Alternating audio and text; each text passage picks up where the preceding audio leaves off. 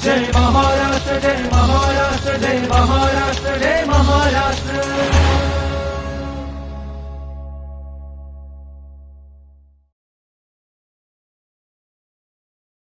नमस्कार मंडळी, माहिती आणि जनसंपर्क महासंचालनालयाच्या जय महाराष्ट्र या कार्यक्रमामध्ये मी सुषमा जाधव आपलं मनापासून स्वागत करते. मंडळी, राज्यामध्ये वेगवेगळ्या प्रकारे जेव्हा आपत्ती येत असते किंवा अचानक अशी परिस्थिती निर्माण होते की त्यावेळेस नागरिकांना लगेचच मदत हवी असते. मग राज्यामध्ये अशा पद्धतीने जेव्हा वेगवेगळ्या घटना घडत असतात, मग त्यामध्ये पूर असो किंवा मग मोठा वादळी वारा असो, अशा तर नैसर्गिक आपत्ती आहेतच, त्यासोबतच जेव्हा जे राज्यातले अगदी दुर्बल म्हणूया गरजू जे नागरिक आहेत किंवा रुग्ण आहेत त्यांना आर्थिक जी विवंचना असते त्यामुळे त्यांना पाहिजे तसं औषधोपचार सुद्धा घेता येत नाही. मग अशा वेळेस त्यांनी काय करायचं आणि कशा पद्धतीनं त्यांनी या सगळ्यावर मात करायची, तर यासाठीच राज्यामध्ये मुख्यमंत्री सहायता निधी कक्ष कार्यरत आहे. मुख्यमंत्री सहायता निधी कक्षामार्फत राज्यातल्या अशा आपत्तीग्रस्त नागरिकांना म्हणूया किंवा मग अशा वेगवेगळ्या आजाराने ग्रस्त असलेल्या दुर्बल म्हणूया गरजू रुग्णांना लगेच आणि हवी तशी मदत मिळण्यासाठी हा कक्ष कार्यरत आहे. यामार्फत वेगवेगळ्या ज्या योजना आहेत, वेगवेगळ्या सोयी सुविधा ज्या आहेत, ह्या नागरिकांना आणि रुग्णांना पुरवल्या जातात. ह्या कक्षाचं काम कसं सुरू आहे, कशा पद्धतीनं त्याचा लाभ सामान्य नागरिकांनी घेतला पाहिजे, एकूणच या विषयी आजच्या या जय महाराष्ट्र कार्यक्रमामध्ये आपण सविस्तर माहिती जाणून घेतोय. आणि यासाठी आज आपण स्टुडिओमध्ये निमंत्रित केलेला आहे मुख्यमंत्री सहायता निधी कक्षाचे कक्ष प्रमुख माननीय श्री रामेश्वर नाईक सर यांना. सर नमस्कार. नमस्कार. जय महाराष्ट्र कार्यक्रमामध्ये आपलं मनापासून स्वागत. सर, मुख्यमंत्री सहायता निधी कक्षाचे आपण कक्ष प्रमुख म्हणून काम करताय आणि या म्हणूया आपण कक्षाचा किंवा या विभागाचा जो मुख्य उद्देश आहे तो काय तुम्ही सांगाल? खरं तर या राज्यामध्ये मुख्यमंत्री सहायता निधी कक्ष स्थापन झालेला आहे, ज्यामध्ये गरजू रुग्ण असतील किंवा ज्यांना आपत्ती व्यवस्थापनामध्ये ज्यांना मदत पाहिजे अशा दोघी गोष्टींचं काम या ठिकाणी चालतं. परंतु तुम्हाला एक निश्चित या ठिकाणी सांगू इच्छितो की मुख्यमंत्री सहायता कक्ष या ठिकाणी निधी कक्ष होता, परंतु वैद्यकीय सहायता कक्षसुद्धा आपले आताचे मुख्यमंत्री आदरणीय देवेंद्रजींनी या ठिकाणी सुरू केला. आणि त्यासोबत म्हणजे खरे गरीब आणि गरजू रुग्णाला धर्मदाय रुग्णालयामध्ये सुद्धा मदत मिळावी. आणि हे पंचतारांकित रुग्णालय असतं, त्यांच्यामध्ये अशा गरीब आणि गरजू ज्यांच्याकडे पैसा नाही आहे पण गंभीर स्वरूपाचे आजार असतील किंवा त्यांच्याकडे चांगल्या सुखसुविधा निर्माण व्हाव्या यासाठी सुद्धा धर्मदाय रुग्णालय मदत कक्ष असं हे या ठिकाणी आपण काम करत असतो. आपण पाहिलं की महाराष्ट्रामध्ये विविध जिल्ह्यांमध्ये विविध रुग्णालय आपण या ठिकाणी इम्पॅनल केलेले आहेत. आणि जे आपत्ती असतील त्यामध्ये जे म्हणजे नैसर्गिक आपत्ती असेल, काही पडझड असेल, ॲक्सिडेंटल असेल, काही वीज बाधाचं असेल, यांनी जिल्हाधिकाऱ्याकडे प्रस्ताव सादर करायचा असतो आणि जिल्हाधिकारी आमच्याकडे देतात आणि तो आम्ही आता ऑनलाईनद्वारे स्वीकार करतो आणि माननीय मुख्यमंत्री त्याला मान्यता देत असतात. त्याच पद्धतीनं जे रुग्ण आहेत म्हणजे धर्मदाय रुग्णालयाची मदत असेल किंवा मुख्यमंत्री सहायता निधीची मदत असेल, आपण काही विशिष्ट सर्व जिल्ह्याशहा काही रुग्णालय इम्पॅनल या ठिकाणी अंगीकृत केलेले आहेत. त्या तपासण्या करून 3800 रुग्णालय आपल्याकडे मुख्यमंत्री सहायता निधीमध्ये अंगीकृत केलेले आहेत. आणि 450 धर्मदाय रुग्णालय आहेत जे की पंचतारांकित रुग्णालय. धर्मदाय रुग्णालय म्हणजे कोणते? ज्यांनी शासनाची लीजवर जागा घेतलेली असते किंवा जे ट्रस्टच्या अंतर्गत रजिस्टर असतात असे सर्व धर्मदाय रुग्णालय म्हणून यांची गणना होते. मुख्यमंत्री सहायता निधीसाठी अर्ज करताना आपण सद्यस्थितीला त्यांचा मेलद्वारे या ठिकाणी अर्ज मागवतो, ज्यामध्ये रुग्ण आपला अर्ज स्वतःचा अर्ज असतो, डॉक्टरांचं प्रमाणित केलेलं प्रमाणपत्र असतं, रेशन कार्ड असेल, आधार कार्ड असेल, उत्पन्न दाखला असेल किंवा आवश्यकतेनुसार जे आजार आहेत त्याला सप्लिमेंट डॉक्युमेंट या ठिकाणी मागणी करतो. तो आमच्याकडे या ठिकाणी येतो आणि 3 दिवसाच्या आत त्याचा आम्ही व्हेरीफाय करतो. काही त्रुटी असेल तर रुग्णालयाला मेलद्वारे किंवा त्याच्या फोनद्वारे त्या ठिकाणी कळवली जाते आणि मॅक्झिमम 3 दिवसाच्या आत त्याला त्या ठिकाणी मदत केली जाते. 20 प्रकारचे आजार या मुख्यमंत्री सहायता निधीमध्ये आपण समाविष्ट केलेले आहेत, ज्याच्यामध्ये सर्व प्रकारचे ट्रान्सप्लांट असतील, कर्करोग असेल, म्हणजे केमो असेल किंवा रेडिएशन असेल, लहान मुलांच्या शस्त्रक्रिया असतील किंवा जे जळीत रुग्ण असेल किंवा शॉक लागलेले अशा प्रकारचे रुग्णांना आणि ज्यांची जॉईंट रिप्लेसमेंट खुब्यांचे ऑपरेशन असतील असे 20 प्रकारचे आजारांची आपण याच्यामध्ये समाविष्ट केले. त्यानंतर त्यांनी अर्ज केला की तो त्या ठिकाणी आपण पहिल्यांदा अशी एक योजना असेल की मंजुरीसोबत पैसा देतो आपण, अच्छा. म्हणजे डी सोबतच जाते किंवा त्याला डायरेक्ट ऑनलाईन ट्रान्सफर म्हणजे मंजुरीसोबत पैसा देणारी ही पहिली योजना असेल. बरं. आणि महाराष्ट्रामध्ये सर्वात जास्त कोणती या योजनेमध्ये इम्पॅनल असतील तर ते मुख्यमंत्री सहायता निधीमध्ये की 3800 हॉस्पिटल हे एकाच मुख्यमंत्री सहायता निधीमध्ये इम्पॅनल आहेत. त्याच धर्तीवर धर्मदाय रुग्णालयामध्ये सुद्धा आपण ज्यांचं उत्पन्न 1,80,000च्या आत असेल तो निर्धन गणला जातो आणि त्याला 100% उपचार मोफत केले जातात. बरं. आणि ज्यांचं 1,80,000 ते 3,60,000 असेल त्यांचं 50% सवलती दरामध्ये तेही बिल हे बेसिक रेटला या ठिकाणी आकारलं जातं. म्हणजे खरं सांगायचं ती दूरदृष्टी असलेला नेता कसा असतो तो देवेंद्रजींच्या रूपाने असतो. कारण धर्मदाय रुग्णालय ही योजना 2006 पासून होती. माननीय उच्च न्यायालयाने याची निर्माण केली होती. तर काही बदल करायचा असेल तर माननीय उच्च न्यायालयाकडे जायचं आपण. अच्छा. खरा निर्धन आणि दुर्बल घटकाला याचा लाभ मिळाला पाहिजे. आणि असे रुग्णालय आहेत म्हणजे तुम्ही विचार नाही करू शकत, लीलावती, जसलोक, ब्रिजकांडी, बॉम्बे हॉस्पिटल पंचतारांकित रुग्णालय हे पुणे महाराष्ट्राचे 450 रुग्णालय आहेत की ज्यांच्याकडे 20% खाटा 10% निर्धन 10% दुर्बल घटकासाठी असतात. अशा रुग्णांना त्या ठिकाणी बेनिफिट दिला जात नव्हतं म्हणून रुग्णांच्या तक्रारी होता. आणि काही रुग्णालयाच्या सुद्धा माननीय देवेंद्रजीकडे विधिन्याय मंत्री असताना रुग्णालयासुद्धा सांगायचे की जे खरे निर्धन आणि दुर्बल नाही आहे ते आमच्याकडे प्रेशर करून या ठिकाणी उपचार करतात. मग त्यांनी सर्व बैठक घेऊन या योजनेमध्ये मूळ योजनेमध्ये बदल करला. आणि 41A याच्यात विधिमंडळामध्ये आणून त्यात बदल करून राज्य शासनाच्या विधी न्याय विभाग धर्मदाय आयुक्तालय यांच्या अंडर ही योजना आणली. त्यात मोठे बदल केले आणि त्याला ऑनलाईन प्रणाली केली. आणि त्याचा एक कक्ष मागच्या उपमुख्यमंत्री आणि विधी न्याय मंत्री असताना त्यांनी या ठिकाणी मंत्रालयात सुरू केला. आणि त्या माध्यमातून खऱ्याच निर्धन आणि दुर्बल घटकाला म्हणजे ट्रान्सपरन्सीद्वारे या ठिकाणी उपचार मिळायला लागले. आणि त्याच्या लोकांना कोणते रुग्णालय धर्मदाय आहेत याचा टोल फ्री नंबर पण आपण या ठिकाणी काढला आणि त्याच्या माध्यमातून हे उपचार सुरू झाले. मला असं वाटतं की लोकांना आत्ता भविष्यात पण म्हणजे ह्या सर्व योजनांचं एकत्रितकरण कसं होईल, प्रत्येक योजना डुप्लिकेशन कसं होणार नाही यासाठी सुद्धा प्रयत्न करत आहे. नक्कीच वेगवेगळे माध्यम वापरून आपण लोकांपर्यंत पोहोचण्याचा प्रयत्न करतोय. परंतु 2 महिन्यापूर्वी देवेंद्रजींनी याची मुख्यमंत्री सहायता निधी कक्षाची आणि धर्मदाय रुग्णालयाची एक जॉईंट मीटिंग घेतली. 2 तास याच्यामध्ये मला प्रेझेंटेशन करायला सांगितलं. सर्व विभागाचे अधिकारी या ठिकाणी होते. ही कक्ष आणि ह्या योजना प्रभावीपणे कशा राबवता येईल याचं काय करता येईल त्यांनी काही डायरेक्शन आम्हाला दिल्या. आणि त्या माध्यमातून पहिलं पाऊल आम्ही उचलतो की पेपरलेस आणि फेसलेस म्हणजे रुग्णालय म्हणजे आत्ता काय अडचण येते तुम्हाला एक सांगतो. त्यात आम्ही खूप काही बदल केले आणि सांगितलं की हे पेपरलेस फेसलेस आणि लोकाभिमुख कसं होईल याच्याकडे तुम्ही लक्ष दिलं पाहिजे.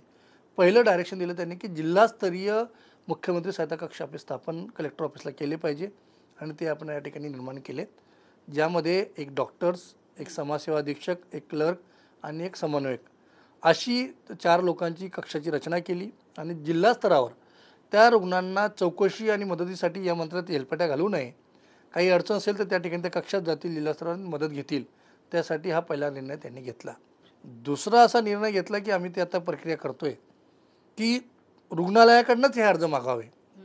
रुग्णांनी का करावे म्हणून त्या रुग्णालयामध्ये आम्ही एक ऑनलाईन प्रणाली या ठिकाणी मुख्यमंत्री सहायता निधीची करतो. धर्मदाय रुग्णालयाची ऑलरेडी आपण केलेली आहेत. आणि ती प्रणाली केल्यामुळे रुग्णांनी फक्त डॉक्युमेंट द्यायचे आणि फक्त त्याला लिंक मिळणार. त्यांनी फक्त ट्रॅक करायचं त्याचा अर्ज कुठे फिरतोय. जेणेकरून आणि काही अडचण असेल, त्रुटी असेल तर जिल्हा कक्षावर बी जाईल, रुग्णालयाला पण जाईल आणि रुग्णाला पण जाईल. आणि जे शिफारस करतील लोकप्रतिनिधी त्यांना पण त्या ठिकाणी आमची ही जाईल आणि त्यांच्या थ्रू 4ही लोक त्या मंडळी म्हणजे त्या रुग्णाचं फॉलोअप करेल. आणि रुग्णांना 24 ते 48 तासात त्याला मंजुरी मिळेल, उपचार होतील. जेणेकरून सोयीस्कर ज्या ठिकाणी ट्रीटमेंट घेतो तिथेच त्याचं होईल आणि कुठेही त्याला इकडे तिकडे फिरावं लागणार नाही. आणि जी मदत आहे ती सुद्धा मिळेल. तिसरं देवेंद्रजींनी सांगितलं की ह्याची व्याप्ती प्रसिद्धीची कशी वाढवली पाहिजे. आता आपल्याकडे रुग्ण येतो तेव्हा त्याला माहिती पडते. आता त्यांनी सांगितलं की हॉस्पिटल निहाय आता आजाराचं लिमिटेशन पण वाढवायचं. आणि त्यांनी पहिले हे सांगितलं की राज्य आणि केंद्राच्या सर्व योजना आरोग्य विषयाला एकत्र करा आणि एका प्लॅटफॉर्म होणार. कारण आता काय होतं डुप्लिकेशन होतं, लोकांना कळत नाही कोणती योजना कोणत्या रुग्णालयात आहे. यासाठी आम्ही आता मुख्यमंत्री सहायता निधीच्या अंदर एक पोर्टल तयार करतो आहे आणि ते पूर्ण राज्य आणि केंद्राच्या सर्व योजना आपल्यासारख्या सर्वसामान्यांना, आपल्यासारख्या लोकांना 4 ते 5 योजना माहिती आहे. जसं की मुख्यमंत्री सहायता निधी असेल, पंतप्रधान सहायता निधी असेल, आयुष्यमान भारत असेल, किंवा महात्मा ज्योतिबा फुले जन आरोग्य योजना असेल, RBSK असेल, याच्यापेक्षा जास्त योजना माहीत नाही. परंतु आपण शोधल्या तर वेगवेगळ्या विभागाच्या वेगवेगळ्या योजना आहेत आणि अशा 13 ते 14 योजना या ठिकाणी मिळाल्या आणि त्या एका ठिकाणी एका प्लॅटफॉर्मवर आणायच्या. डुप्लिकेशन टळलं पाहिजे आणि लोकांना सहज याची माहिती देण्यासाठी एक टोल फ्री नंबर आपण या ठिकाणी घेऊन येतोय. आणि ते सुद्धा असं असेल की जसं जड्डाईसारखं आपण कॉल करतो आणि आपल्याला आपल्या अवतीभोवती जिल्हाशहा, रुग्णालयशहा, आजाराशहा आणि योजनाशहा सर्व ती यादी असेल. त्याला लिंक मिळेल. लिंकच्या माध्यमातून नियर बाय हार्ट हॉस्पिटल म्हटलं की त्याला यादी येईल आणि तो त्या ठिकाणी पात्रता आहे का त्या रुग्णालयाचं ओपन केलं त्याने की ते कळेल आणि तिला कॉन्टॅक्ट नंबर काय आहे, बेड खाली आहेत का. म्हणजे धर्मदाय रुग्णालय योजना असेल, सर्व राज्य केंद्राच्या योजना असतील, मुख्यमंत्री सहायता निधी असेल आणि कोणते रुग्णालय कोणत्या योजनेत येईल, हा रुग्ण पात्र ठरतोय का हे सुद्धा माहिती पडेल. किंवा त्याने डायरेक्ट आमच्या प्रतिनिधीशी बोलला तर त्याला त्याचं ठिकाण कुठे आहे आणि त्याच्या जवळचे रुग्णालय त्याची यादीही पाठवता येईल. म्हणजे लोक सहजता कशी होईल हे काम याच्यातनं केलं जात आहे. म्हणजे एका टोल फ्री क्रमांकावर तुम्हाला सगळी माहिती, इत्यंभूत माहिती रुग्णाला म्हणा किंवा इतर जे आपत्तीग्रस्त नागरिक आहेत त्यांना सुद्धा मिळू शकेल आणि त्या अनुषंगानं मग ती कोणती मदत आपल्याला पाहिजे त्यासाठी आपण ती अर्ज प्रक्रिया जी आहे ती आपण करू शकतो आणि ते सुद्धा ऑनलाईन. तर हे एवढं सोपं झालेलं आहे आणि त्याचा जास्तीत जास्त लाभ जे आहेत ते राज्यातले रुग्ण म्हणूया किंवा मग सामान्य नागरिक सुद्धा घेत आहेत. तर असा किती म्हणजे केवढ्या मोठ्या प्रमाणात त्याचा लाभ दूरपर्यंत पोहोचलेला आहे त्याविषयी सांगताना काय सांगाल? आतापर्यंत आम्ही जी जुनी पद्धत आहे त्यालाच अपग्रेड केलं आहे आणि त्याच्या माध्यमातून 1 जानेवारी ते आतापर्यंत आम्ही 149 कोटी रुपयामध्ये 23,000 रुग्णांना या ठिकाणी बेनिफिट दिलं आहे. म्हणजे ज्यामध्ये काही आपत्ती पण ग्रस्त आहेत, त्या आपत्तीग्रस्त जे असतील त्यांना 5 कोटी या ठिकाणी दिलेत आणि इतर जे रुग्ण असतील म्हणजे धर्मदाय रुग्णालय आणि मुख्यमंत्री सहायता निधी याच्या माध्यमातून आपण 149 कोटी रुपयापर्यंत मदत केली आहे. आणि भविष्यामध्ये तुम्हाला मी सांगितलं ज्या पद्धतीने त्यांनी जो व्हिजन या ठिकाणी आणला आहे की लोकांपर्यंत पोहोचण्याचं माध्यम कसं असेल, तर त्यांनी आम्हाला हे सांगितलं की कम्युनिटी हेल्थ कॅम्प घ्या आणि जे लोकसहभागी आहे म्हणजे अधिपत्याखाली येणारे रुग्णालय यांचा समाविष्ट करा.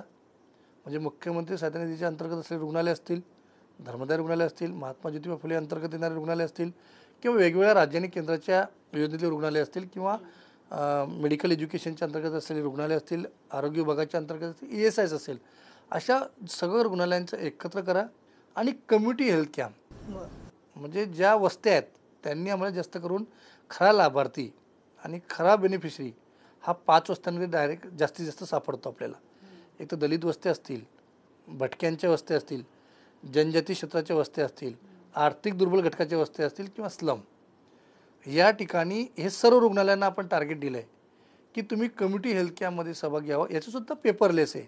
याचं एक पोर्टल केलं आहे की ज्याच्या माध्यमातून काही NGO असेल, काही रुग्णसेवक असतील आणि तिथला मेडिकल ऑफिसर या वस्त्यांची चेन करेल, कॅम्प जनरेट करेल आणि त्याच्या जवळचे ह्या सर्व अधिपत्याखाली वेगळ्या योजनांच्या अधिपत्याखाली राहणारे रुग्णालय या ठिकाणी त्या ठिकाणी जाईल. त्याच्यानुसार 200 रुग्णांपर्यंत हे कम्युनिटी हेल्थ कॅम्प केला पाहिजे. त्यांचं रक्त तपासणी असेल, त्यांचं ECG काढणं असेल, त्यांचं आभा कार्ड करून देणं असेल आणि शासकीय योजनांची माहिती असेल किंवा बेसिक स्क्रीनिंग करून त्यांना बेसिक औषध देणं आणि त्यांना जो आजार निघाला आहे आणि त्याचं ट्रीटमेंट कोणत्या योजनेत तो बसतोय आणि त्याच्या अवतीभोवती कोणते रुग्णालय हे तो रुग्णसेवक आणि ते NGOच्या मार्फत आपण त्या ठिकाणी करणार आहोत. अच्छा, म्हणजे अशा पद्धतीने NGOचा पण समावेश यामध्ये केला गेला आहे जेणेकरून जास्तीत जास्त रुग्ण आणि नागरिकांपर्यंत ही सुविधा जी आहे ती पोहोचली पाहिजे. जर राज्याचा आपण विचार केला तर अगदी म्हणजे दुर्गम भागामध्ये खूप मोठ्या प्रमाणात लोक राहत असतात, तर तिथपर्यंत सुद्धा या योजनेचा लाभ हे ते लोक घेत असतात. त्यासाठी काही वेगळा असा उपक्रम राबवला जातो का? याच्यामध्ये तुम्हाला सांगितलं की मी कम्युनिटी हेल्थ कॅम्प फक्त तो रुग्ण तपासणं नाही तर त्या वस्त्यांमध्ये तो अवेअरनेस करणं महत्त्वाचं आहे की ज्याच्यापर्यंत ते पोचलं पाहिजे. आज रुग्णांना माहीत नाही की कोणत्या योजनेतनं कसं अप्लाय करायचं, कोणतं रुग्णालय कोणत्या योजनेत आहे हे न कळता त्याच्यामुळे टोल फ्री नंबर आम्ही घेऊन आलो की सहज आज प्रत्येक म्हणजे मला असं वाटतं की 70 ते 80% लोकांकडे मोबाईल आहेत आणि त्यातनं सहज एक नंबर तुम्ही डायल केला की त्यात राज्य आणि केंद्राच्या योजनाचे रुग्णालय कोणतं आहेत, त्यात आपण पात्रता होतोय का, तिथला कोऑर्डिनेशनचा नंबर काय आहे असंही माहिती पडेल. आणि त्याच माध्यमातून मला असं वाटतं की हे आपण करतोय. मला असं वाटतं की फक्त आम्ही रुग्ण तपासणे, त्याचा अवेअरनेस करणे हे नाही किंवा उपचार करणे असं नाही. तर अशा विभागशहा, जिल्हाशहा, आजारावाईज याचा डाटा जमा करून त्याच्यावर रिसर्च पण करणार आहे. आणि पॉलिसी विषयात राज्य शासनाला पॉलिसी विषयात काय मदत करता येईल का, की विभागशहा कोणत्या प्रकारचे रुग्ण कोणत्या विभागात जास्त आहेत, त्यानुसार तिथे काय आपलं टार्गेटेड काम करता येईल का. शासन आपल्या पद्धतीने काम करत असतं, पण देवेंद्रजींचं एक मी पाहिलं आहे की जास्तीत जास्त लोकांपर्यंत पोहोचायचं असेल तुमचा लोकसहभाग घेतला पाहिजे. आणि त्याच्या माध्यमातून त्यांनी एक आम्हाला डायरेक्शन पण दिलं आहे, आदेश पण केला आहे की समाजामध्ये 4 प्रकारचे NGO काम करत असतात किंवा संघटना काम करत असतात. एक की वैद्यकीय क्षेत्रामध्ये जे अन्नदान करणारे रुग्णांना अन्नदान वाटपाचं हे करतात. एक की वैद्यकीय साहित्य वाटपाचं काम करणारे आहेत. काही वैद्यकीय क्षेत्रामध्ये अवेअरनेस करण्याचं काम करतात किंवा काही NGO किंवा दाते असतील ते डायरेक्ट पैसे देतात. अशा 4ही प्रकारच्या सर्व लोकांशी MOU आपण करावा, जेणेकरून प्रभावीपणे ह्या सर्व योजना राबवता येईल आणि लोकांपर्यंत आरोग्य विषयातनं चळवळ उभी करता येईल.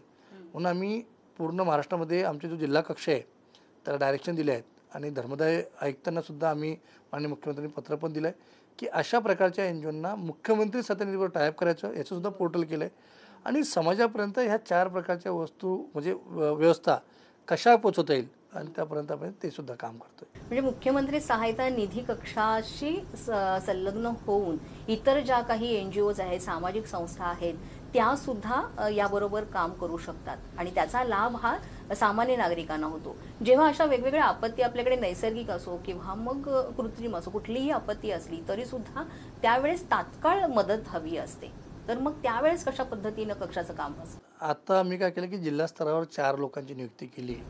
एक डॉक्टर असेल तो मेडिकल विषय पाहिल, एक समाजसेवा अधीक्षक असेल तो विविध दात्यांद्वारे त्या ठिकाणी कशी NGOची ॲक्टिव्हिटी आणि त्यामध्ये मदत करता येईल किंवा संघटना असेल खूप मोठी, समजा एखाद्या ठिकाणी आपत्ती आली, खूप पडझड झाली, त्या ठिकाणी मॅनपॉवर घेऊन जाण्याचं हे समाजसेवा अधीक्षकाचं काम असेल.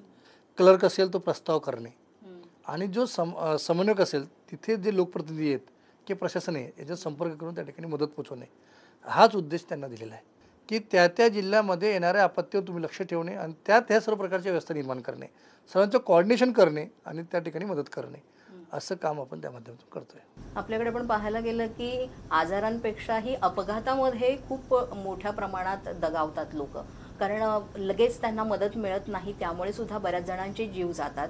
पण मग अशा वेळेस अशा अपघातग्रस्त जे आहेत रुग्ण त्यांना सुद्धा तात्काळ मदत मिळण्यासाठी कशा पद्धतीने, कारण मग हायवेज असो किंवा असे महामार्ग तिथे घडलेल्या अशा घटना की इथे काहीच कळत नाही किंवा माहिती मिळत नाही, मग अशा वेळेस कशी कक्ष तिथे पोहोचतो आणि मग मदत मिळते तिथे? आता तुम्हाला मी सांगितलं की टोल फ्री नंबर आम्ही या ठिकाणी घेऊन येतोय.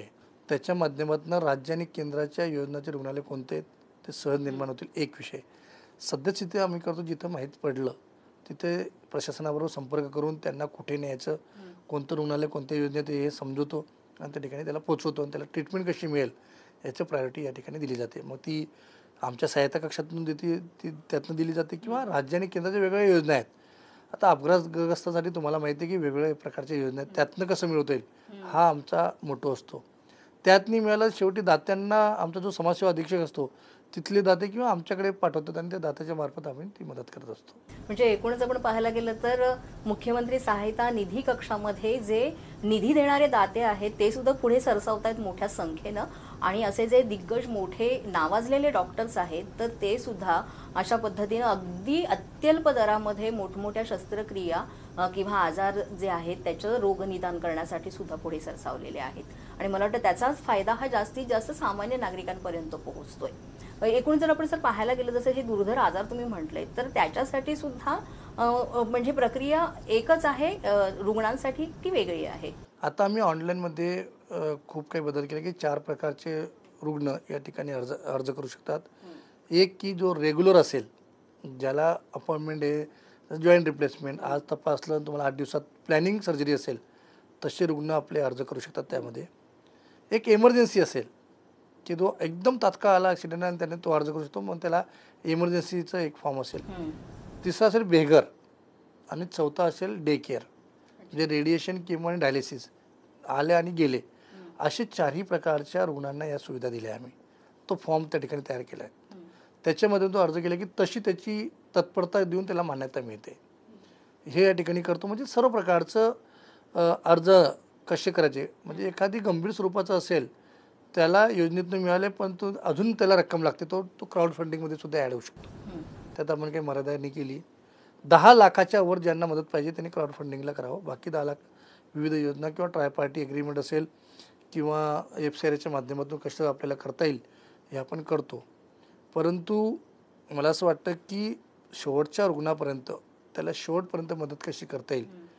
म्हणजे मी देवेंद्रजींचं व्हिजन पाहिलं आहे की संस्थात्मक रूप या मुख्यमंत्री साहेबांनी दिलं ते, आणि तेही तुम्हाला माहिती आहे त्यांचं नाव पारदर्शीपणाने कारभार चालवणारा मुख्यमंत्री म्हणून मानलं जातं.